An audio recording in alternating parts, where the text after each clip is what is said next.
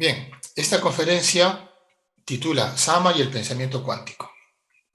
Sama, el poder de la intención al servicio de la salud y el crecimiento personal.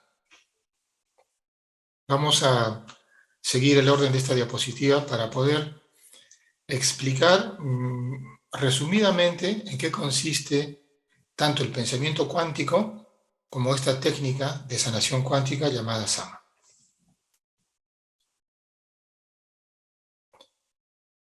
Comenzamos con esta frase del I Ching que dice: el viento habita sobre el lago y mueve la superficie del agua. De esta forma se manifiestan efectos visibles de los invisibles. El I Ching es una obra antigua de la cultura china. Se cree que fue compilada por varios autores a lo largo de los siglos. No se sabe con certeza quién fue el autor original, pero se remonta a la dinastía Zhou, más o menos en el año 1046 a.C., hasta el 250 a.C. Según la leyenda, el I Ching fue creado por el sabio chino Fuxi, quien vivió alrededor del 2800. Sin embargo, esta afirmación no ha sido comprobada históricamente. A lo largo de los siglos, el I Ching ha sido objeto de numerosas revisiones y comentarios por parte de filósofos y estudiosos chinos. Uno de los comentarios más influyentes fue escrito por Confucio, quien vivió en el siglo V a.C. y consideraba al I Ching como una obra sagrada y una fuente de sabiduría. Entonces, de eso vamos a iniciar con esta frase. ¿Por qué? Porque vamos a hablar de algo que no es visible a los ojos físicos, pero que operando en esa región invisible vamos a poder ver cosas físicas en el terreno de los 5 sentidos. ¿Sí? Cuando hablamos de Sama y del pensamiento cuántico, es abrirse a una nueva forma de pensar. Por lo general, uno cree que tiene que hacer cosas físicas para mover el mundo físico. Pero ahora vamos a ver a través de esta conferencia que no siempre es así, o no siempre tiene que ser así. Hay una forma de mover fuerzas invisibles para que lo visible se modifique, cambie. En el siglo XVII, 3 grandes pensadores cambiaron la forma en que la humanidad percibe el mundo: René Descartes, Isaac Newton y Charles Darwin. Cada uno, a su manera, contribuyeron a la revolución científica que llevó a la comprensión moderna de la naturaleza. René Descartes, filósofo y matemático francés, estableció las bases del pensamiento racional moderno. En su obra Discurso del Método, Descartes defendió la idea de que todo lo que se conoce debe ser dudado y examinado de manera crítica. Descartes también creía que el universo era una máquina perfecta, gobernada por leyes matemáticas. Su obra, Principios de la Filosofía, propone que el universo puede ser entendido a través de la razón y la lógica matemática. Isaac Newton, científico y matemático inglés, es conocido por su obra maestra Philosophia Naturalis Principia Mathematica, en la que formuló las leyes del movimiento y la gravitación universal. Newton demostró que el universo era regido por leyes mecánicas precisas y que la naturaleza podía ser comprendida a través de la experimentación y la observación rigurosa. Sus leyes del movimiento y de la gravitación fueron la base de la física clásica durante siglos. Muy conocido, Isaac Newton. Charles Darwin, también muy conocido, naturalista británico, cambió la forma en que se comprende la vida en la Tierra con su obra El origen de las especies. Darwin propuso que la vida evoluciona a través del proceso de selección natural, en que los individuos mejor adaptados a su entorno sobreviven y se reproducen con mayor éxito. La evolución de las especies se convirtió en una idea revolucionaria en ese momento que desafió las creencias tradicionales sobre la creación y la naturaleza del ser humano.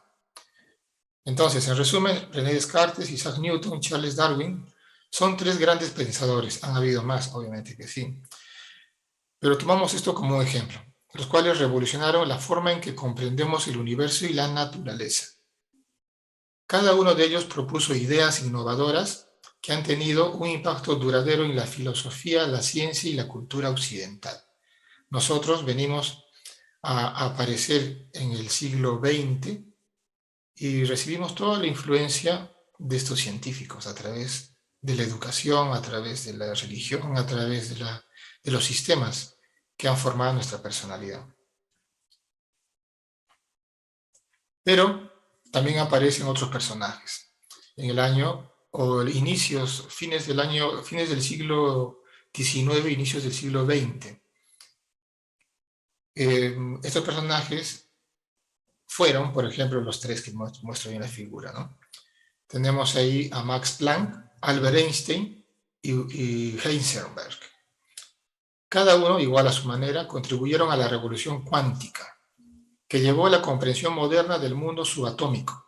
Max Planck, físico alemán, estableció las bases de la teoría cuántica al descubrir que la energía no es continua, sino que se emite y se absorbe en pequeñas cantidades llamadas cuantos. Su trabajo sentó las bases de la mecánica cuántica y abrió la puerta a la comprensión del mundo subatómico, un mundo hasta ese entonces desconocido. Albert Einstein, físico alemán, propuso la teoría de la relatividad que cambió la forma en que entendemos el tiempo y el espacio. Einstein también hizo importantes contribuciones a la teoría cuántica, como la explicación del efecto fotoeléctrico y la idea de que la luz consiste en partículas llamadas fotones. Heisenberg, físico alemán, formuló el principio de incertidumbre que establece que no se puede conocer con precisión la posición como la velocidad de una partícula subatómica al mismo tiempo. Este principio fue un gran avance en la comprensión del mundo subatómico y ayudó a establecer las bases de la mecánica cuántica. En resumen, Max Planck, Einstein, Heisenberg son tres grandes científicos que revolucionaron la forma en que comprendemos el universo a nivel subatómico. Cada uno de ellos propuso ideas innovadoras que han tenido un impacto duradero en la física y la ciencia en general. Sus estudios filosóficos de la naturaleza cuántica del universo siguen siendo fundamentales en la comprensión moderna de la naturaleza y el funcionamiento del universo. Entonces, en este momento, en ese inicio del siglo XX, se produce realmente una nueva vertiente filosófica, científica, es la física cuántica. Y vamos a ver ahora una comparación en relación a la física clásica y la física cuántica. En la física clásica se habla de que la vida es mecánica y por lo tanto el individuo no tiene sino que cumplir las leyes de un universo ya determinado. En la física cuántica, que es la física que determina o describe el mundo subatómico de las partículas que están dentro del átomo, dice que sabemos que el observador influye sobre el observado y que por lo tanto somos creadores de nuestra realidad atómica. ¿Por qué? Porque vamos a ver luego un fenómeno o un experimento llamado de la doble rendija. Quizás algunos ya lo han visto, pero lo vamos a ver para que todos lo vean, en donde en ese misterioso mundo subatómico el observador participa del evento que está observando. O sea, no puede ser aparte, no puede ser diferenciado el observador de lo que observa. Cuando vean el efecto de la doble rendija, el experimento de la doble rendija, van a entender perfectamente esta diferencia. La física clásica habla de que una causa produce un efecto, y en la física cuántica hablamos de que uno causa un efecto por su presencia misma.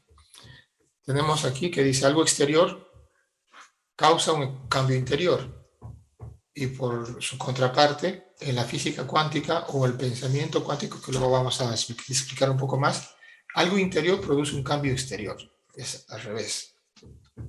Entonces, a través de este desarrollo de la física cuántica se desarrolla lo que nosotros llamamos, y muchas personas llaman, pensamiento cuántico, que de eso se trata este tema y vamos a ir desarrollándolo. Vamos a leer esto que dice aquí. Como alguien que ha dedicado su vida entera a la ciencia más bien fundamentada, el estudio de la materia, puedo decir esto como resultado de mis investigaciones sobre los átomos. Esto decía Max Planck, ¿sí? Digamos el creador de la física cuántica. La materia no existe como tal, repito, la materia no existe como tal. Toda la materia se origina y existe solo debido a una fuerza que hace vibrar la partícula de un átomo y que da cohesión a este sistema solar tan diminuto. Tenemos que suponer detrás de esta fuerza la existencia de una mente consciente e inteligente. Esa mente es la matriz de toda la materia, Max Planck. Entonces, debemos saber que hay varias partículas subatómicas importantes que juegan un papel crucial en la física moderna y en la comprensión de esta estructura de la materia y del universo. Tenemos, por ejemplo, a los electrones, a los protones, a los neutrones, tenemos a los quarks, a los fotones, a los bosones, ¿sí? Y cada uno de ellos tiene cantidad de información, que no nos vamos a meter aquí porque esto no es una clase de física cuántica, pero tenemos que tener idea más o menos de qué estamos hablando. ¿Okay? Entonces, las partículas subatómicas son las que siguen otras leyes que no siguen los cuerpos grandes. Por eso es que es una maravilla ingresar al mundo subatómico. De alguna forma, que eso están tratando de responder por qué, pero las partículas subatómicas se comportan de forma distinta a las partículas grandes, macroscópicas. ¿Sí? Entonces, eso vamos a seguir explicando. Entonces, no cabe duda de que el átomo está vacío en lo que concierne a partículas. Además, sucede esto, ¿no? Que hay más espacio vacío que supuestas partículas. En el centro del átomo se halla el núcleo atómico, que es muy compacto. Luego, bastante lejos, encontramos partículas llamadas electrones que giran a su alrededor. Pero entre ambas cosas, lo que hay es nada. Pero ese nada depende con qué instrumento se observa. Con los instrumentos que tenemos actualmente, pues hay nada, pero realmente sí hay algo. Vemos que aunque el interior del átomo está vacío, desde el punto de vista de las partículas está muy lleno. ¿De fuerzas qué? De fuerzas electromagnéticas. Ese espacio que llamamos nada, antiguamente se llamaba éter, y ahora los científicos le llaman espacio de Higgins o campo neutro o punto cero. En algunas escuelas le llaman conciencia. Las partículas subatómicas tienen varias propiedades que pueden ser sorprendentes y desafiantes para nuestra comprensión de cómo funciona el mundo. Le vamos a hablar un poquito nada más, un ejemplo, ¿no? Propiedades, por ejemplo, la propiedad dualidad onda-partícula. Las partículas subatómicas pueden exhibir tanto propiedades de partículas como de ondas. ¿Qué significa esto? Que pueden comportarse como partículas cuando se miden en ciertas circunstancias y como ondas cuando se miden en otras circunstancias. Este fenómeno se conoce como dualidad onda-partícula y es una de las propiedades fundamentales y sorprendentes de las partículas subatómicas. Depende cómo se le observe. Y ahí entramos en algo muy importante. Depende del observador, cómo reacciona una partícula, si como onda o como partícula. La superposición cuántica. Las partículas subatómicas pueden estar en múltiples estados al mismo tiempo, lo que se conoce como superposición cuántica. Esto significa que pueden estar en dos o más lugares al mismo tiempo, o tener dos o más propiedades diferentes al mismo tiempo. ¿Sí? Imagínense cualquiera de nosotros estar en varios lugares a la vez. Eso se le llama en ciertas escuelas la ubicuidad, ¿no? El don de la ubicuidad, donde uno puede estar a la vez en varios lugares. Pues esa es una propiedad muy común de las partículas subatómicas. Tenemos también el entrelazamiento cuántico. Las partículas subatómicas pueden estar entrelazadas cuánticamente, lo que significa que las propiedades de una partícula están correlacionadas con las propiedades de otra partícula, incluso cuando están separadas por grandes distancias. El entrelazamiento cuántico es una propiedad sorprendente y todavía no completamente entendida de las partículas subatómicas. Es, en resumen, que en un momento dado dos partículas subatómicas están unidas y por algún procedimiento cuántico se las separa. Y cuando se las separa 1 metro, 2 metros o kilómetros de distancia, lo que sucede en una partícula inmediatamente sucede en la misma partícula que está al otro lado. Y no hay cable de comunicación, no hay señal de comunicación, no hay un medio de comunicación. Eso se llama entrelazamiento cuántico. Y realmente este es el basamento, o sea, la explicación de por qué funcionan las terapias a distancia. ¿Sí? Pero los físicos cuánticos siguen tratando de explicar cómo es eso. ¿Cómo es eso que no importa kilómetros de distancia y una variación en la propiedad de una partícula que antes ha estado entrelazada, pues genera una reacción inmediata e idéntica en otra partícula?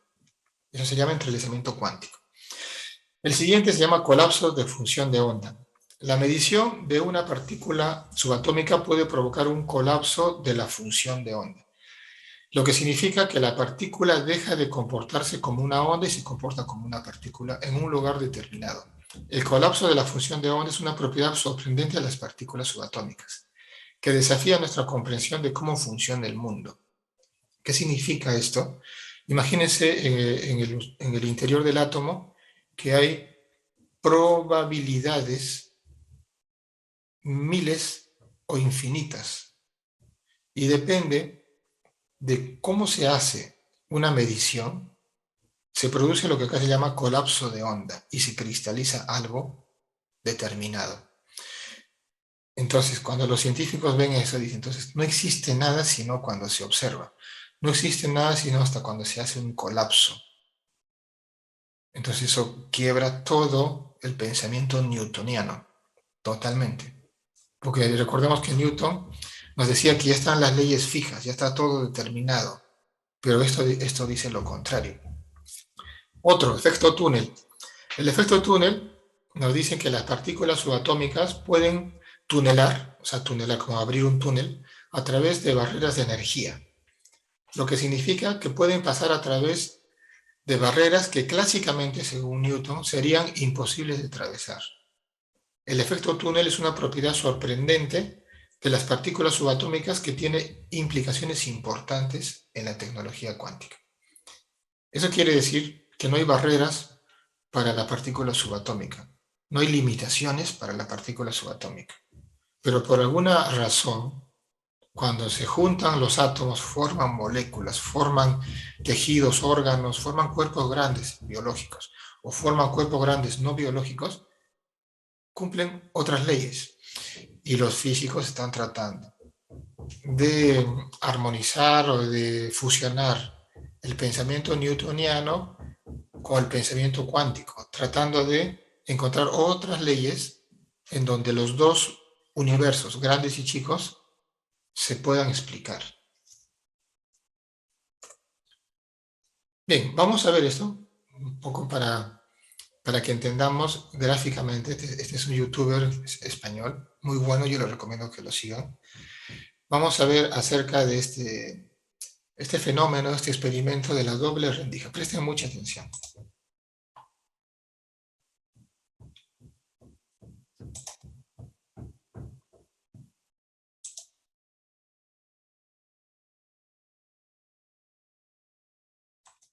Hoy quiero que sientas algo especial. Quiero que sientas el asombro, la confusión y la incredulidad que tuvieron los físicos al explorar cómo se comportan los pequeños elementos que nos forman. Quiero que veas lo extraordinario que es nuestro universo. Quiero que descubras el mundo cuántico. Que conste que el siguiente montaje no es invención mía. La leí en El Enigma Cuántico. No comparto las opiniones expresadas en este libro, pero reconozco que sus explicaciones son estupendas. Sin más dilación, aquí va el experimento de la doble rendija como nunca antes lo has visto. Nuestro protagonista es un átomo. Sí, no lo puedes ver, es que es muy pequeño. Para eso tenemos este detector. Lo activamos y... ¡ajá! Luz verde. Eso quiere decir que el átomo está ahí. Bien, vamos a jugar con él. Pero antes, dejadme que os enseñe el campo de pruebas. Por orden. Esta es la máquina del azar. Su tarea simplemente es, cuando demos la orden, la de extraer un átomo y colocarlo al azar dentro de una de estas dos cajas, sin trucos. Las cajas son cajas ordinarias. Tienen dos aberturas, una por arriba, que nos permite meter el detector para saber si el átomo está ahí o no, y una lateral, que está enfrentada a una pantalla detectora. Y es que el átomo dentro de la caja no para de moverse, de chocar contra las paredes. Si abrimos la segunda abertura, el átomo acabará saliendo disparado y chocará contra alguna parte de la pantalla. En ese lugar aparecerá una marca. Así sabremos dónde ha impactado el agitado átomo. Por supuesto, esta es una caricatura del experimento real. Se ha quitado el bla bla bla técnico y se ha reducido el montaje a lo conceptual para que se entienda mejor. Por ejemplo, en vez de una pared con dos rendijas, ahora tenemos dos cajas. El caso es que las conclusiones que vamos a sacar aquí, y creedme en esto, son las mismas que las del experimento real. Este se ha realizado y se sigue realizando en laboratorios de todo el mundo con resultados iguales, dejándonos a los físicos locos. Espero dejarte así a ti también cuando alcancemos el experimento número 3, pero vayamos por orden. Experimento número 1. Vamos a comprobar lo que ya sabemos. Activamos la máquina y el átomo es colocado aleatoriamente en una de las dos cajas. No sabemos en cuál. Abramos una de ellas, la azul, por ejemplo. Abrimos por arriba, ponemos el detector y... ¡ah! Luz verde. El átomo estaba en la caja azul. Aún así, abramos la roja a ver qué pasa. Vale, no pita, no hay nada en la caja. Átomo en la azul, roja vacía. Repitamos el proceso. Activamos la máquina y tenemos un nuevo átomo colocado al azar. Probamos suerte con la azul y... vaya, no dice nada el detector. Parece que está vacía. Abramos la roja entonces. ¡Ajá! Luz verde. Aquí estaba el átomo. Azul vacía, átomo en la roja. Supongo que te imaginas qué pasa si repetimos esto una y otra vez. Acabaremos con una lista en la que más o menos el 50% de los átomos estaban en la caja roja y el otro 50% en la caja azul. La máquina del azar hace bien su trabajo. Y, por supuesto, cuando el átomo estaba en una caja, la otra siempre estaba vacía, porque un átomo no puede estar en las dos cajas a la vez. No. Experimento número 2. Juguemos con la pantalla. Activamos la máquina y el átomo se distribuye en una de las dos cajas. Esta vez vamos a abrir la abertura lateral de una de las cajas, por ejemplo la roja, y ver qué pasa. De repente, una marca aparece en la pantalla. Abrimos la caja azul y... nada ocurre. Ok, repitamos. Activamos la máquina y esta vez abrimos la caja azul. No pasa nada en la pantalla. Abrimos la roja y... una marca aparece. Si continuamos haciendo esto, la pantalla se nos llena de puntos. Estos están colocados más o menos al azar, excepto por dos grandes concentraciones justo enfrente de las cajas, lo que es muy normal. Es mucho más probable que el átomo salga de la caja de manera recta en vez de hacerlo con bastante inclinación. En cuanto a cuál apertura de caja ha producido una marca, tenemos resultados iguales a los de antes. Más o menos el 50% de las veces ha sido la caja roja y el otro 50% la azul. Lo que ha pasado aquí parece evidente. Cuando hemos abierto la caja donde estaba el átomo, este ha salido pitando y se ha chocado contra la pantalla.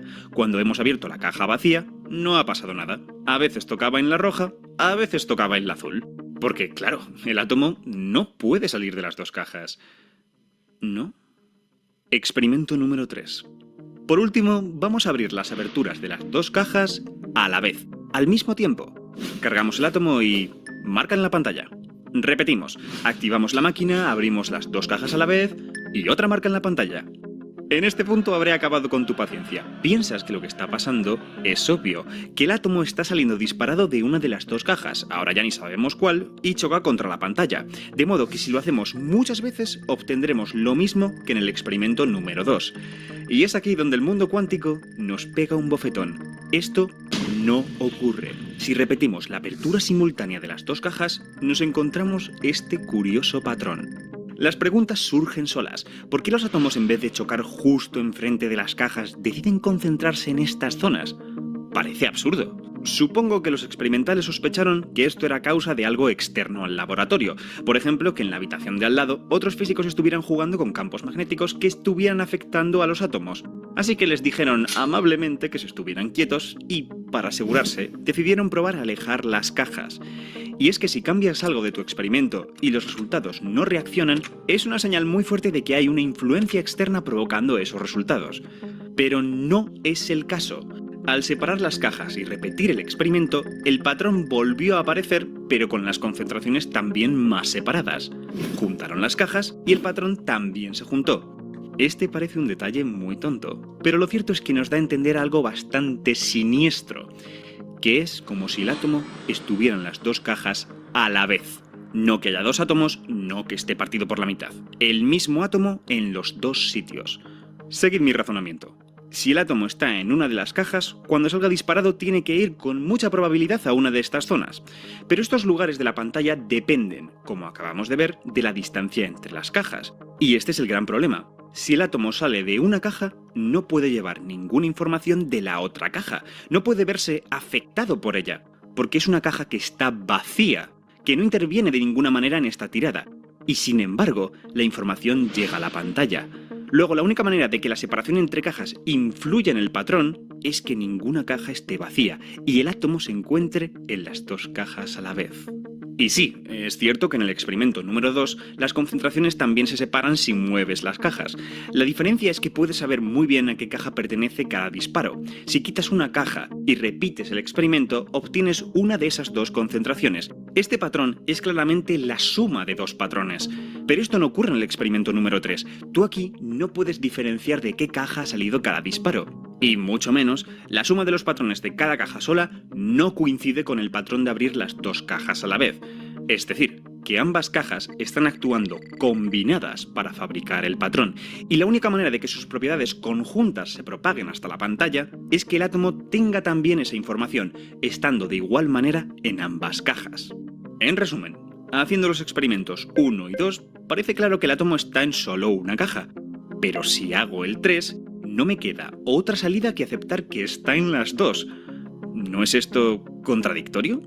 Salgamos de dudas. Volvamos a hacer el experimento número 3, pero poniendo dos detectores al lado de las aberturas. Así sabremos si el átomo sale de una caja o de las dos.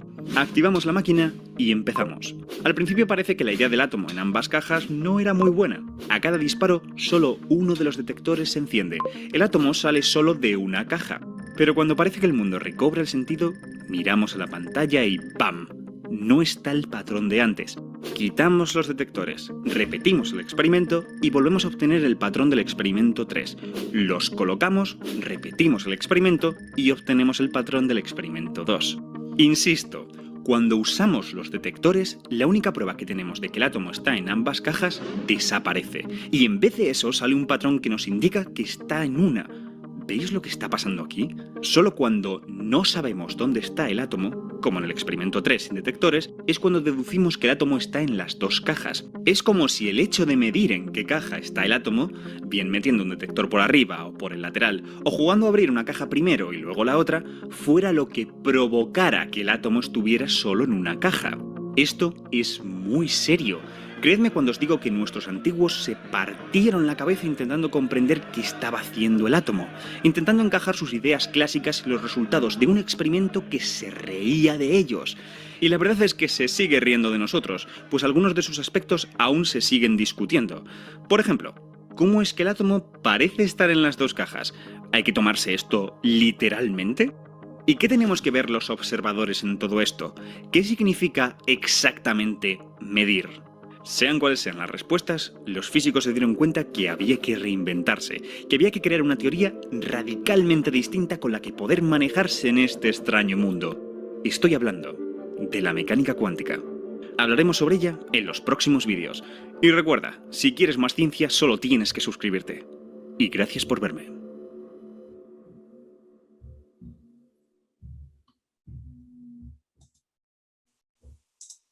Muy bien. ¿Qué les pareció este experimento? ¿Quién me puede comentar algo? ¿Se entendió? Es decir, eh, este youtuber pues lo hace muy didáctico, con dibujitos, animaciones.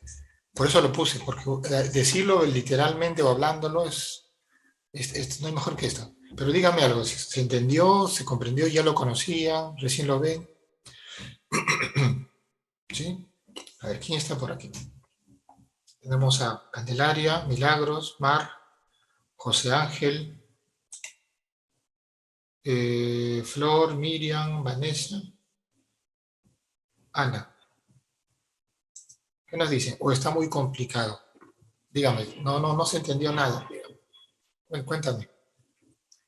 ¿Qué dice Milagros? ¿Se entendió algo? ¿Se pudo seguir la hilación de las ideas? Sí, sí se puede entender. Excelente. Excelente. Muy bien. Entonces, en resumen, esto implica un poco de ejercicio mental, es cierto. Hay que pensar un poco. Hay que pensar un poco para poder entender qué es lo que pasaba en el mundo subatómico. A pesar de que esto ya está hecho como para niños, ¿no? Porque está con dibujitos y gráficos. La realidad es mucho más compleja, pero contradictoria, sorprendente, ¿sí? Pero seguimos. Esto lo hemos mostrado para que vean que no es una idea filosófica de alguien que se le ocurrió meditando, no. Este es el resultado de un experimento en un laboratorio desde antes del año 1900. Y luego todo el siglo pasado han estado tratando de entender por qué. ¿Por qué la partícula subatómica parece estar en dos lados? ¿Por qué la partícula atómica cambia de funcionamiento cuando se le pone un medidor, un observador? ¿Sí? Es que esto es demasiado importante. Demasiado importante porque, mire, todo lo que nos rodea está formado por átomos, sean los cuerpos biológicos vivos o los cuerpos inanimados, ¿sí? Todos los cuerpos están formados, en última síntesis, por átomos.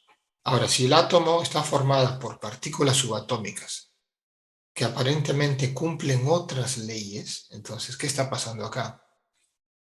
Algo está pasando, ¿sí? Nuestra forma de pensar, nuestra forma de ver el mundo, tiene que cambiar y ha cambiado. En este siglo pasado y en este siglo actual, siglo XXI, ha cambiado tremendamente. Por eso han aparecido las nuevas filosofías, que le podemos llamar pensamiento cuántico, en donde una persona ahora ya se ve como creador de su realidad, ya se ve como no solamente un agente víctima de las circunstancias, sino ya como un operador consciente, creador de todo lo que le pasa. Sí, pero vamos a hablar más de esto, ¿sí? Vamos a seguir desarrollando y viendo experimentos para que ustedes se den cuenta de que esto es real.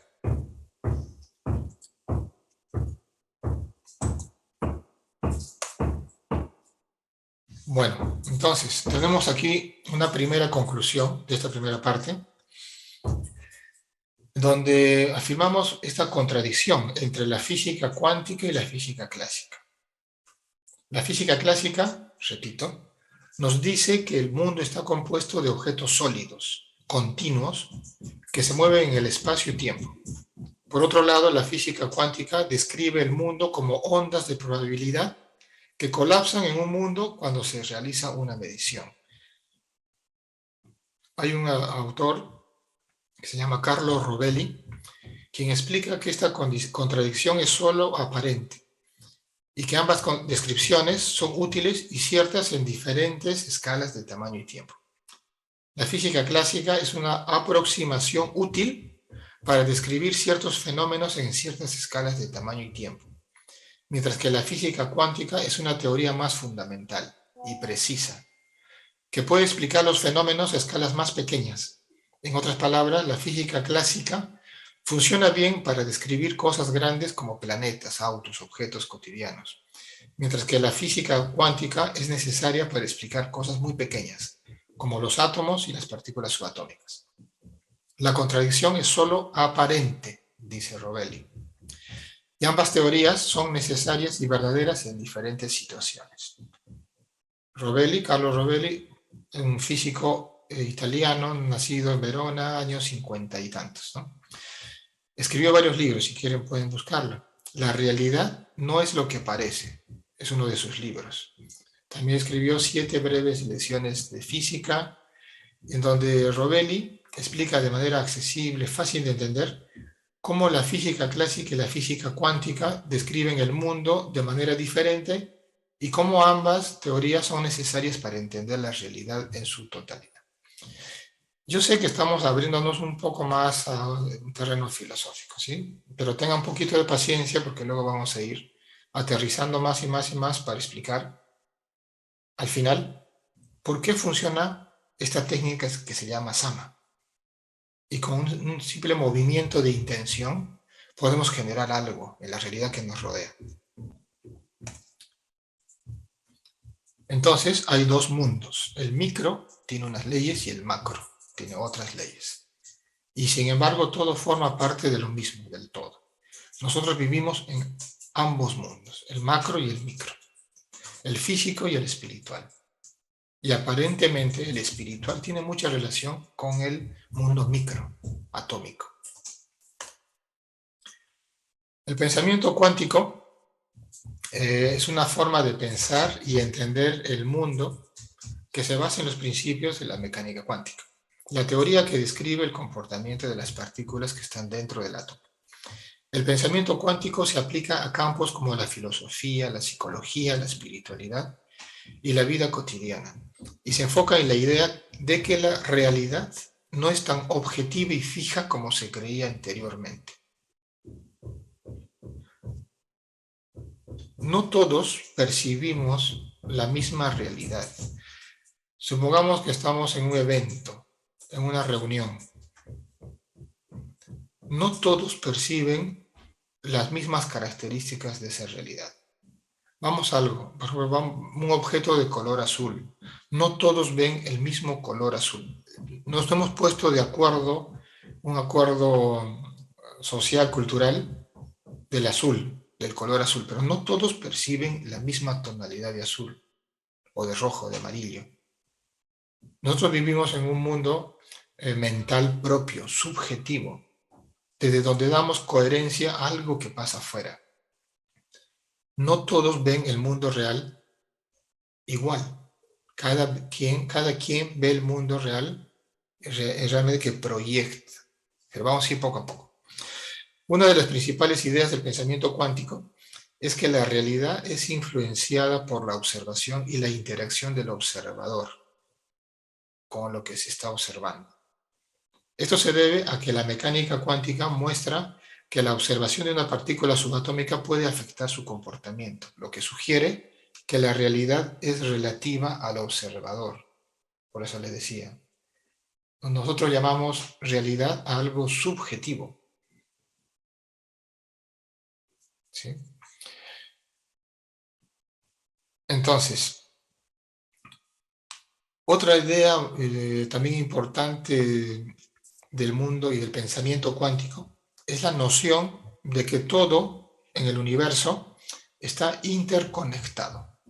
La mecánica cuántica demuestra que las partículas subatómicas pueden estar entrelazadas cuánticamente, lo que significa que las propiedades de una partícula están correlacionadas con las propiedades de otra partícula, incluso a distancias separadas. ¿Sí? Eso se ve, a ver, un ejemplo claro que todos pueden verificarlo, es, por ejemplo, las corazonadas entre una mamá y su hijo, una mamá y su hija, ¿no? Para que tengan una idea, ¿no? Entonces, el hijo y la mamá han estado en un solo espacio-tiempo. Y luego se separan, nace el hijo. Pero luego hay una cierta conexión. ¿A nivel de qué? De intuición. Hay una comunicación que no es a través de un medio, no es a través de teléfono, de radio, no. Pero pasa que a veces el hijo o la hija está mal o tiene alguna emoción negativa y la mamá lo siente instantáneamente, ¿no? Les ha pasado. A todos les ha pasado. Entonces, eso, algo así es el entrelazamiento cuántico. Pero no solo pasa entre mamá e hijo, pasa entre todo. Solo que mamá-hijo, mamá-hija, es una conexión muy fuerte, ¿no? Pero esa es la idea. Esto sugiere entonces que todo el universo está interconectado de alguna manera y que nuestras acciones y pensamientos pueden tener un efecto en todo lo demás. Entonces, el pensamiento cuántico se basa en la idea de que la realidad no es tan objetiva y fija como se creía anteriormente y que todo el universo está interconectado. ¿Sí? Estas ideas tienen implicaciones importantes en nuestra comprensión del mundo, en nuestra forma de vivir y relacionarnos con él. Es que es muy distinto pensar que el mundo exterior es así y yo no puedo hacer nada para influir en él y quizás espero tener la buena suerte de que el mundo de afuera me sea favorable y si no me es favorable puedo hasta crear o elaborar explicaciones o filosofías como por ejemplo la mala suerte o el karma y distintas teorías, ¿no? A pensar que yo creo mi realidad. Yo experimento la realidad que yo hago colapsar. En el mundo de afuera hay múltiples opciones y probabilidades. Y de alguna manera, mi observador colapsa ese mundo de múltiples opciones, creando una realidad en la que yo vivo, haciéndome responsable de lo que yo vivo. Entonces, en la primera filosofía mecanicista de Newton, todo me sucede y por lo tanto, en cierta forma, soy víctima de las circunstancias. En la segunda filosofía, filosofía del pensamiento cuántico, yo genero todo lo que me sucede. Entonces, si algo me pasa, bueno o malo, de algún modo yo lo he generado en este espacio o en otro, en este tiempo o en otro, pero yo lo he generado. Entonces yo no puedo echarle la culpa a otra persona o a otras circunstancias, porque yo he generado esto. Es la diferencia entre día y noche, entre víctima de las circunstancias y creador de la realidad. El poder de la intención. Vamos entrando un poquito a lo que es la técnica. Se refiere a la capacidad que tiene una persona de influir en su realidad a través de sus pensamientos y emociones. Según esta idea, nuestros pensamientos y emociones tienen una energía que puede afectar al mundo que nos rodea. La teoría detrás del poder de la intención se basa en la física cuántica, que sugiere que la realidad no es fija y predecible, sino que está influenciada por la observación y la intención de las personas. En otras palabras, la realidad no existe de manera objetiva y separada de nuestra conciencia, sino que es co-creada por nuestra percepción y participación. La idea del poder de la intención ha sido promovida por varios autores y líderes, gurús, maestros, ¿no? A lo largo de la historia. Los recientes podemos estudiar un poco de Wayne Dyer, Deepak Chopra, Eckhart Tolle, todos ellos hablan de esto. Estos autores argumentan que al enfocar nuestra atención y nuestra intención en un objetivo, podemos influir en nuestro entorno y lograr cambios positivos en nuestras vidas. Y ahí el porqué de trabajar en uno mismo. Y de ahí por qué trabajar en el autoconocimiento. ¿Para qué? Para autodescubrir esas facultades que nos permitan luego utilizar para cambiar nuestra realidad, la realidad que nosotros mismos vivimos. Entonces, la intención es la proyección consciente de la conciencia hacia un resultado previamente imaginado. La intención se crea en el hemisferio izquierdo, pero fluye hacia el universo desde el hemisferio derecho. Tenemos un área intuitiva, un área lógica, ¿sí? Un área que está más relacionada con la intuición y otro con el razonamiento. Entonces, desde el punto de vista de funcionalidad, nuestro cerebro, que es un instrumento de nuestra mente, y la mente viene a ser una conexión con la mente universal, permite que nosotros desarrollemos la intención creadora. Por eso es un poder, el poder de la intención consciente. Imaginación más intención es lo que se llama manifestación. Ahora, si lo aplicamos al microcosmos hombre, vamos a entender un poquito de todo lo que hemos dicho. Hablemos del ADN. El ADN es el libro que contiene la historia de la vida de uno. Está compuesto por 46 capítulos, uno por cada cromosoma. 23 capítulos los escribió la descendencia de la madre. Entonces, cada suceso, evento, emoción, accidente, acción que sucedieron en los antepasados de nuestra madre, sean buenos o malos, están grabados en esos cromosomas, incluidas las pérdidas, secretos, traiciones, abandonos.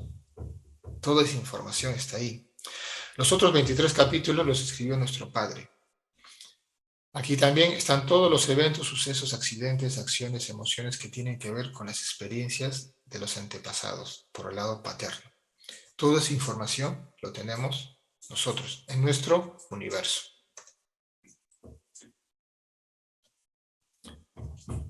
los científicos trataron de encontrar el genoma humano para poder corregirlo y de esa forma crear al humano perfecto, ¿sí? Y en vez de encontrar 100.000 genes para los cientos de miles de funciones de nuestro organismo, encontraron alrededor solamente de 20.000 genes. Así que se dieron cuenta de que las funciones del cuerpo humano se activan y desactivan por algo más que no es precisamente un gen. Es decir, el gen no determina quién eres. El gen no determina tus emociones, pensamientos, tus sucesos, tus enfermedades. El gen no determina. Algo aparte del gen es que activa o desactiva los genes. Quien habla muy ampliamente de este tema es el doctor Bruce Lipton. Quien quiera saber más de este tema, busque Bruce Lipton. La biología de las creencias es su libro clásico. Entonces, habla ampliamente de que la genética no determina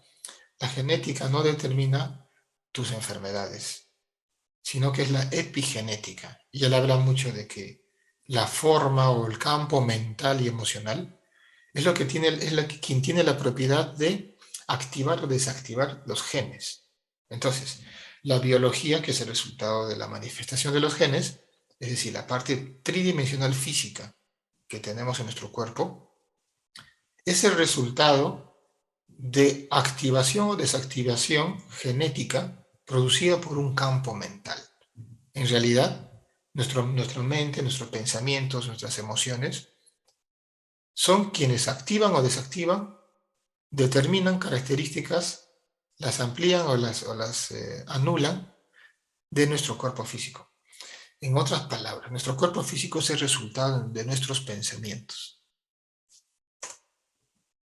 El 50% de nuestros genes se parecen a los de un plátano, imagínense. O sea, biológicamente, a nivel genético, el 50% son idénticos a las de un plátano. El 98% a un mono, el 40% a los de un gusano y el 50% a los de la mosca, de la fruta. Entonces, ¿qué es lo que me hace a mí humano? ¿Qué es lo que nos hace humanos? Si los genes por sí solos no controlan todas las funciones del cuerpo, ¿quién las controla o qué las controla? Entonces, Bruce Lipton nos dice, en ese libro que les mencioné, que se trata de los pensamientos, emociones y sistemas de creencias que activa o desactiva los programas genéticos. Entonces, ahí cuando una persona dice, no, que mi familia tiene una herencia genética y todos tienen la enfermedad de diabetes, ¿no? Entonces, por eso es que yo también voy a tener. O todos mis antepasados han fallecido por un ictus. Entonces, yo tengo problemas cardiovasculares. Y creemos eso. En sí, lo que hace posible que eso se repita es la creencia de que eso es así. Genéticamente no es así. Uno activa y desactiva con el poder de las creencias la biología, la genética. Eso es impresionante. Lean, si ustedes quieren saber más, lean a Bruce Lipton. Entonces, este libro, con la historia de la vida de uno, controla cada día de nuestra existencia, la muerte y el nacimiento de miles de células de nuestro cuerpo. ¿Sí? Porque nuestro cuerpo se va recreando. Cada órgano tiene un periodo en donde mueren y nacen las células. Y sin embargo, aunque esas células estén constantemente renovándose, los patrones de conducta, los programas y las creencias que manejan la vida se mantienen. ¿Dónde están? En el ADN. Pero no se ven, pero están ahí. Esos patrones codificados solo se ven con técnicas que utilizan los dos hemisferios, como es el caso de Sama y otras técnicas. ¿Sí? Entonces, ¿el ADN se puede modificar? Claro que sí. Hoy por hoy, hasta cierto límite, debido a nuestras creencias limitantes de que no se puede. Por eso es muy importante el sistema de creencias que tenemos. Y cuando ese sistema de creencias es adoptado como verdad en forma masiva, eso se instala en el subconsciente o en el inconsciente colectivo. Y eso genera una tendencia a cristalizar algo de ese modo. Repito, si todos nosotros creyéramos que existe, por ejemplo, un virus que está matando a miles y miles, nuestra creencia va a generar que eso sea así. Es un ejemplo. No quiero mencionar más cosas, pero es un ejemplo, ¿sí? Entonces, el ADN es vibración y por lo tanto modificable por otro tipo de vibración. Entonces, estamos hablando del ADN. Ahora les hablo de un experimento que realizaron en el año 93, más o menos, ¿no? Biólogos rusos, Poponin y Garayev. Hicieron el experimento en un vaso especial de laboratorio, pusieron un vacío, el vacío total. No había nada, ¿no? Y pusieron en vacío para hacer el experimento. En este caso, la idea era ver cómo se comportaban los fotones de luz si no se le hacía nada al vaso. Y el resultado fue fotones moviéndose aleatoriamente, fotones de luz en el vacío. ¿Sí? Y simplemente vieron y tomaron nota de los datos. Luego, ¿qué hicieron? Luego pusieron ADN en ese vaso vacío. Y cuando pusieron el ADN, o sea, una muestra de ADN humano, entonces los fotones comenzaron a ordenarse de acuerdo a la información del ADN. La luz se comenzó a ordenar en función a la información del ADN en ese experimento. ¿Sí? Entonces quedó así como está en el gráfico. El primero, que de la izquierda, está en desorden, solo hay vacío. En la segunda está el ADN humano y se alinearon. Y luego, cuando se retiró el ADN, la partícula puede ser del pelo, de saliva, una partícula, ¿no? Donde había ADN, lograron ver que los fotones se quedaron ordenados como que si estuviera el ADN presente. A eso le llamaron el efecto del ADN fantasma. ¿Y qué es lo que indica este ADN fantasma? Entonces, la sorpresa, y por lo cual llamaron fantasma, es que luego de retirar el ADN, las partículas de luz quedaron ordenadas, organizadas de acuerdo a como si estuviera presente el ADN fantasma, el ADN, perdón, ¿sí? Entonces a eso le llamaron ADN fantasma, como si aún estuviera ahí en el vaso o el tubo. ¿Sí? Eso que nos llama a reflexionar en qué. Si nuestros pensamientos y creencias afectan nuestras emociones y las emociones afectan nuestro ADN y nuestro ADN afecta al entorno, entonces nuestra forma de pensar afecta nuestra realidad. Y ahí está demostrado que el observador modifica al observado. Repito un poquito. Yo sé que es un poquito eh, eh, quizás complicado. Nuestros pensamientos y creencias afectan nuestras emociones. Eso está comprobado. ¿Sí? Las emociones afectan nuestro ADN. ¿Por qué? Porque las emociones vienen a... Es la epigenética que activa o desactiva los cromosomas. Eso es el ADN. Y en este experimento de estos rusos demostraron que el ADN afecta al entorno, afecta la luz en este experimento, afecta la luz del entorno. Entonces, por una simple lógica, está demostrado que el observador modifica al observador. ¿Okay? Entonces, cuando uno genera sentimientos positivos, las ondas que emite el corazón son mucho más potentes que las del cerebro y la señal llega más lejos, hasta el corazón del universo. Entonces nosotros somos emisores de luz que colapsan la realidad que vivimos. Y no solo a 1 metro, 2 metros, sino en todo. Abarcamos el mundo que nosotros percibimos, la realidad que nosotros vivimos, son las que nosotros hemos colapsado dentro de un mundo cuántico. ¿Sí? Por eso lo mejor es imaginar aquello que deseas y sentir el enorme placer de estar viviéndolo. Eso se llama la ley de la manifestación. ¿Sí?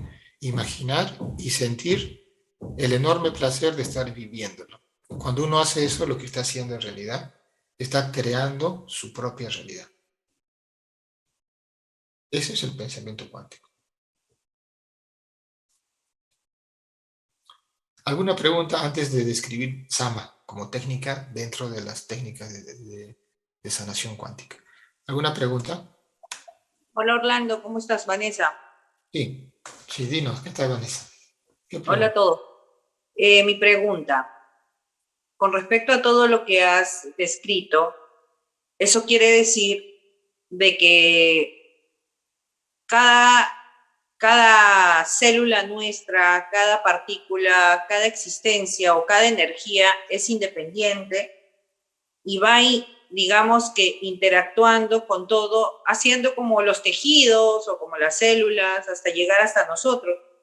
Y que básicamente esta es la superficie, donde se ha armado toda una creencia, porque por ejemplo, tú nos hablas de las emociones, entonces ya no tendría razón de ser las profesiones, digamos, ¿no?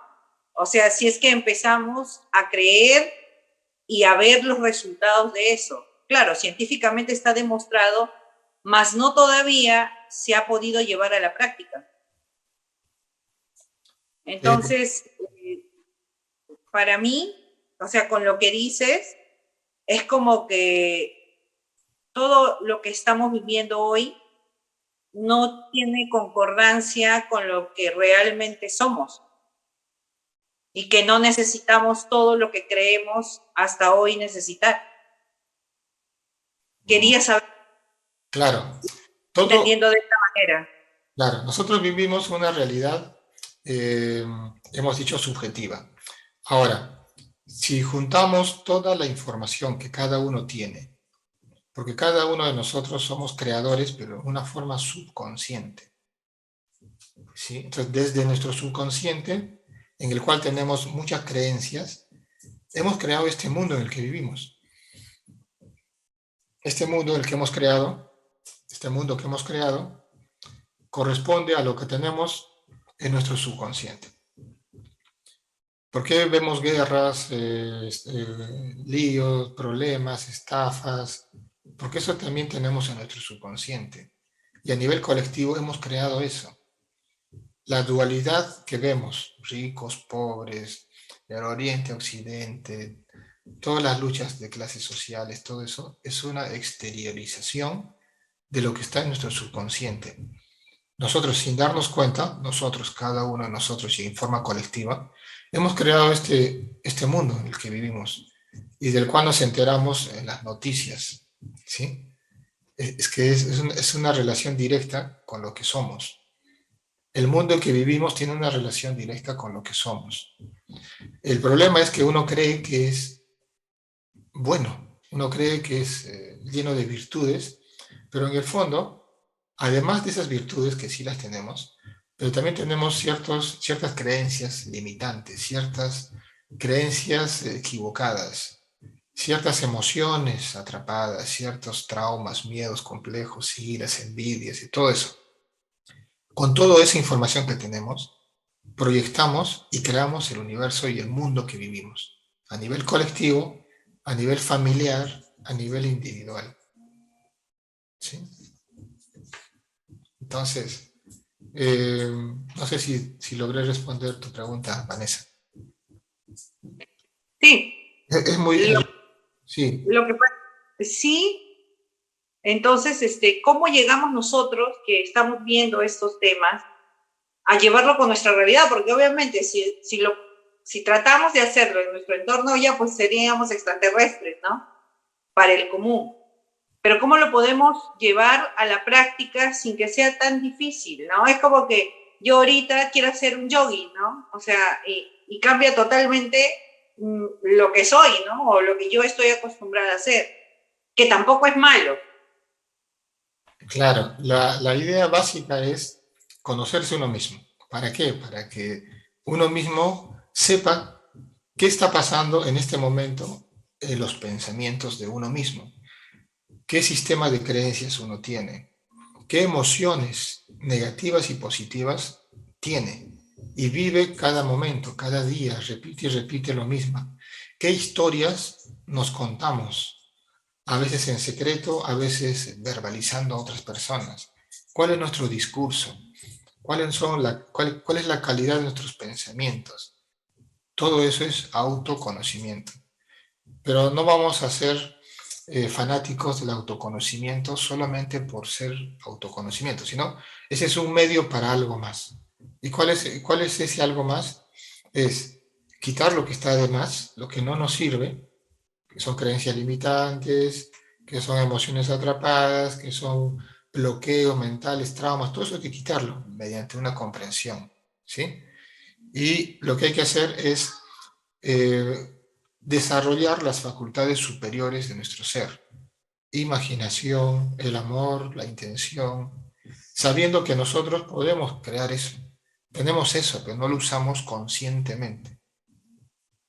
Porque no sabemos que está ahí y porque no sabíamos que se podía. Anteriormente nos dijeron que el ser humano es víctima de todo, depende de todo. Pero ahora con los nuevos descubrimientos de la física cuántica y el nuevo desarrollo de las filosofías de pensamiento cuántico, es que se da oportunidad a que el ser humano se conozca realmente quién es. ¿Y quién es el ser humano? Es un ser creador. ¿Y qué tiene que crear? Su propia realidad. Pero tiene que comenzar a ir con los primeros pasos, ¿sí? Gracias. Muy bien. ¿Alguna otra pregunta? ¿Sí? ¿Alguien más quiere comentar algo, preguntar algo de esto? Pensamiento cuántico. Bien. Entonces vamos con lo que sigue. ¿Qué podemos testar y corregir con Sama? Sama es una técnica basada en el pensamiento cuántico. Y utilizando Sama, que es el poder de la intención consciente, ¿sí? Mediante mediante un protocolo específico de cosas. Es una interacción, una comunicación, un diálogo binario entre el que hace la técnica y el que lo recibe.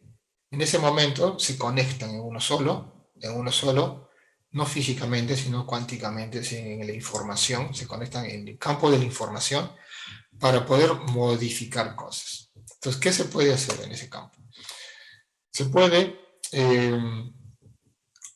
modificar la realidad a nivel de los problemas emocionales, problemas nutricionales, presencia de tóxicos, patógenos, meridianos, estructuras, órganos, glándulas, hormonas, bloqueos sexuales, conexiones, vitaminas, bloqueos mentales, fobias, miedos, todo lo que es emoción, mente, energía. Todo eso no es sino la cristalización de información. Con la terapia cuántica Sama se logra modificar la información que sostiene cada uno de estos síntomas, ¿sí? Obviamente, cada síntoma tiene mucha información detrás. Hemos dicho que en un fenómeno cuántico, el observador colapsa la realidad o tiene la posibilidad de colapsar la realidad de otro modo, es decir, crear otra realidad. Entonces, la persona que hace Sama cuánticamente se une con la persona que está recibiendo Sama, crean un espacio cuántico en donde se pueden modificar cosas que tienen relación con esta lista de cosas a nivel de salud, a nivel de bienestar. También eso se puede aplicar con los animales, porque uno también se puede conectar cuánticamente con el perrito, con el gatito, con cualquier animal. Y a través de un protocolo específico se hace ciertas preguntas para saber por dónde tiene uno que modificar y qué cosa y cómo, ¿sí? Todo a nivel del campo de información. También podemos conectarnos con espacios, una casa, una tienda, un espacio donde hay información, ¿sí? Por ejemplo, no sé si han visto ustedes que de vez en cuando hay casas que están en venta por siempre y nadie las compra, ¿no? O locales comerciales que uno abre y, no sé, pasa algo y fracasa el negocio y lo están alquilando de nuevo. Viene otro negocio ahí mismo, pasa un tiempo y fracasa de nuevo y fracasa de nuevo, ¿no? Como que estuviera salado, como tuviera mala suerte, una maldición. Lo que pasa es que tiene información que no permite el negocio. Todo eso existe en el campo de información. La persona puede conectarse con esa información y corregir la información, quitar lo que está de más y agregar lo que le falta en el campo de la información. Eso pasa en los locales, como por ejemplo nuestra casa o nuestro ambiente de trabajo. Tiene que estar adecuado para la actividad que estamos haciendo. Uno entra, por ejemplo, a la iglesia a la que pertenezca, le da ganas de orar. Va a su casa, le da ganas de relajarse. Va al trabajo, le da ganas de trabajar, porque hay información relacionada con la actividad que uno hace. Pero si de pronto se desarmoniza ese espacio, se puede corregir a nivel del campo de información. También podemos testar y corregir las vidas pasadas. Las vidas pasadas se refiere a las vidas que nuestra propia conciencia ha tenido en otro cuerpo mente, en otra unidad biológica.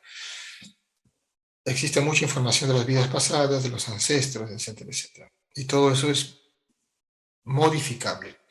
Todo eso se puede corregir. Todo eso se puede gestionar utilizando esta técnica. También se puede hacer una revisión energética enfocándose en el sistema energético del cuerpo, chakras, la parte vital, los vórtices, los plexos, toda esa parte energética. También puede tener información que no le permite actuar bien. Entonces uno se conecta con esa información y corrige. Todo de acuerdo a un protocolo, ¿sí? No es de acuerdo a lo que se le ocurre al que hace Sama, sino existe una cantidad de, digamos, láminas donde está especificado si hay que trabajar en la parte física, emocional, mental y qué cosa, cantidad de información que vamos utilizando a medida que vamos haciendo la exploración. Se llama el testeo o rastreo. También se puede corregir o se puede utilizar en el coaching, ¿sí? En el coaching, es decir, para que la persona logre algún objetivo. La persona quiere lograr el objetivo de mejorar en algo, en la memoria, mejorar en el estudio, mejorar en el deporte, mejorar en algo. Y se le puede preguntar a la persona qué información está perjudicando el logro de sus metas. Si se detecta y se puede corregir. Entonces la persona en el campo de información está libre y tiene todo favorecido para que logre lo que quiere. En el campo de la fertilidad también, ¿sí? En el campo de la fertilidad hay muchos factores epigenéticos, emociones y pensamientos que bloquean que una mujer tenga hijos. Y ha pasado muchas veces, van al doctor, les hacen pruebas, exámenes y dice, todo está bien, biológicamente todo está bien, pero no tiene hijos. ¿Qué pasa?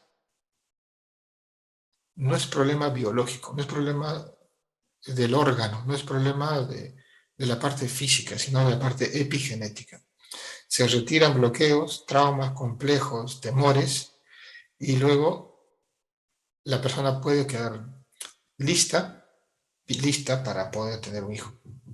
Eso ha pasado. ¿Sí? Yo he sido testigo directo de que eso sucede así. Luego, también para la abundancia, ¿no? Acá pasa algo curioso. Preguntamos a una persona, ¿tú quieres dinero? Y nos dice, claro que sí. ¿Tú aceptarías $1 millón? Claro que sí. Todos dirían sí. Sí, y además el $1 millón cambiaría mi vida. Listo. Bien. Con Sama podemos preguntar no a la persona, sino al subconsciente de la persona. Y cuando le preguntamos al subconsciente, con la kinesiología holística, entonces le preguntamos, ¿quieres dinero? ¿Aceptas el $1 millón? Y nos dice que no. No lo acepta, no quiere. ¿Por qué? Porque tiene un bloqueo o una creencia limitante respecto al dinero. Entonces, ese es el por qué uno trabaja, se esfuerza y no tiene los resultados que quisiera en la parte financiera. Es como que tenemos un sabotaje subconsciente propio. En el fondo no queremos dinero. Parecería algo extraño y lógico, ¿no? Pero sucede. Pasa siempre. Si no es por un lado, por otro lado tenemos bloqueos respecto al dinero.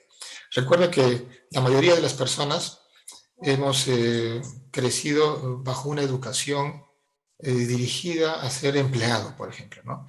Y ser empleado y por lo general con una doctrina religiosa orientada a que un camello ingrese por el ojo de una aguja, que un rico ingrese al reino de los cielos. Imagínense, tremenda frase limitante. Eso nos dice que mejor es ser pobre, ¿no? Mejor pobre, pero honrado, ¿no? Entonces, esa creencia es lo que aparta el dinero de nosotros. Uno trabaja, hace todo, pero no tiene el dinero. ¿Hasta qué? Hasta que se hace una desprogramación cuántica respecto a la abundancia, a las finanzas y al dinero.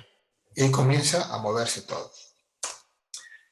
Y bueno, esas son las aplicaciones más comunes, porque pueden haber otras. Hay otra que me acuerdo que es para las relaciones de personas, también es muy, muy efectivo. No solo de pareja, sino de papá, mamá, hijo, cualquier persona. Tú te quieres llevar bien con otra persona y no sabes por qué, pero no puedes. Se hace sama y se limpia lo que tiene que limpiarse, es decir, se quita lo que está obstaculizando que puedas tener una buena relación con una persona. Entonces, para terminar esta conferencia, aquí les leo esto, que dice que el hombre es blando y flexible al nacer, pero cuando muere es rígido y firme. Las plantas, cuando brotan, son tiernas y delicadas, pero cuando mueren están secas y marchitas. Dice de ahí el proverbio: lo rígido y firme pertenece a la muerte, lo blando y flexible pertenece a la vida. Por eso el ejército demasiado rígido no puede triunfar, y el árbol demasiado firme acaba por romperse.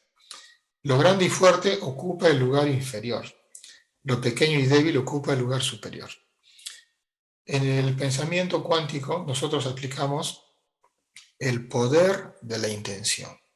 Ya no necesitamos aplicar la fuerza, sino más que todo el poder. La fuerza está relacionada con la forma de pensar newtoniana, ¿no? La fuerza. Pero el poder está relacionado con el interior, con el espíritu, con la conciencia, con la verdadera realidad humana. Entonces, eso es lo que tenemos que desarrollar para contar con el pensamiento cuántico.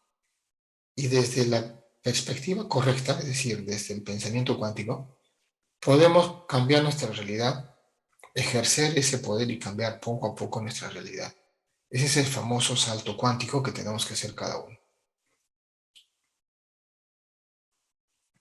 Abrir la mente te hace flexible. Ser flexible te permite absorber el empuje del cambio que se avecina. Dice Beturian Arana, que es el creador de la técnica Sama. Muy bien. Entonces, bueno, agradezco por las personas que están ahí presentes, que se preocupan por conocer nuevas formas de pensamiento, siempre investigando más y más. Como ustedes ya saben, mi nombre es Orlando Isván, ahí tienen mi página, cualquier cosa que yo pueda ayudarles, ahí les puedo ayudar con mucho gusto. Y si alguien quiere conocer más acerca de esta técnica, me pueden escribir a mi WhatsApp, que sea relacionado al pensamiento cuántico y a Sama, me escriben y con mucho gusto yo les voy a enviar toda la información. ¿Alguna pregunta? Para terminar. No, más bien muchas gracias, Orlando. Es muy interesante lo que compartes. Y bueno, ir entendiendo es poco a poco. Claro, así es, así Gracias. es. Muy bien. Bueno, muchas gracias a ustedes y estamos viéndonos en el próximo evento, ya sea online o sea presencial, ¿sí? Gracias, hasta luego.